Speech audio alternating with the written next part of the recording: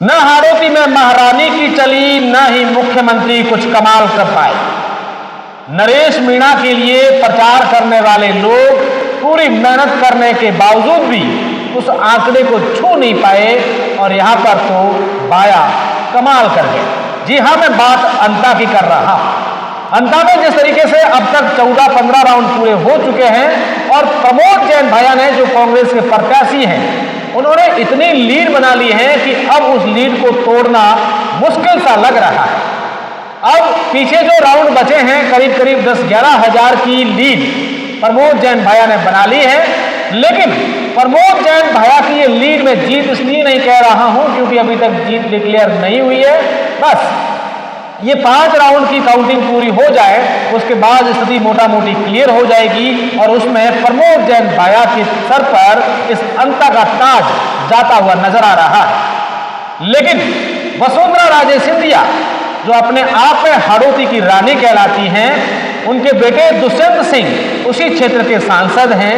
राजस्थान के मुख्यमंत्री भजनलाल शर्मा, उप मुख्यमंत्री प्रेमचंद बैरवा, मंत्री जोगाराम पटेल और इसके अलावा भी कई सारे मंत्री, कई विधायक, कई सारे पार्टी के बड़े लीडर, सरकार की मशीनरी, तमाम लोग लग गए और वहां पर मोरपाल सुमन के हाल ये हुए कि वे तीसरे स्थान पर रहे। ये संदेश क्या जा रहा है?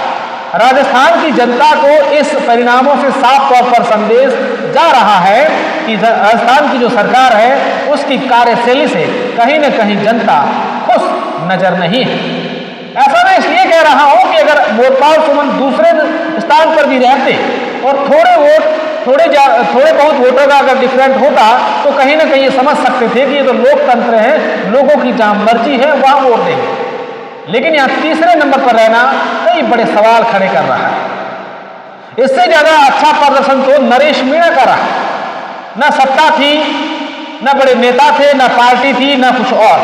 अपने ही दम पर चुनाव लड़ा और आखिर में जाकर के तीसरे मोर्चे के बड़े नेताओं ने हालांकि साथ दिया और उस साथ का भी असर जो है वो अंता में देखने को मिला।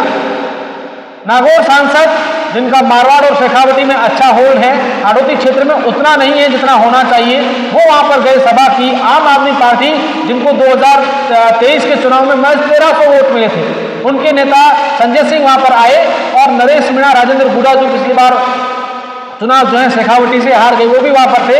लेकिन नरेश मीणा ने वहां पर अपने दम पर बड़ा अच्छा प्रदर्शन करते हुए भी एक सम्मानजनक आंकड़ा जो है दूसरे स्थान का वो इस 15 राउंड तक हासिल किया है। तो इससे साफ तौर पर यह कहा जा रहा है कि जिस तरीके से अब बिहार में एनडीए जीत की जश्न मना रही है, साथ ही साथ राजस्थान की इस भाजपा को अंता सीट को लेकर के अंदर ही अंदर विचार करना पड़ेगा कि अब जिस तरीके से हम लोगों ने तमाम बातें कर ली, योजनाओं के नाम बता दिए, उसका विमोचन कर लिया, प्रचार के करोड़ों रुपए खर्च कर दिए या तमाम वो चीजें कर ली, वो सब सारी चीजें जनता को अब जो है समझ में आ रही है। अब हमें जमीनी स्तर पर काम करना पड़ेगा और जो जनता की समस्याएं हैं उनको उठाना पड़ेगा। साफ तौर पर यह संदेश जो अंता ने दिया है, यही संदेश अगर इसको ठीक करने के लिए अब से सरकार काम करेगी तो हो सकता है कि अगले चुनाव में भाजपा को जो है वो सम्मानजनक आंकड़ों के साथ जीत मिल सकती है।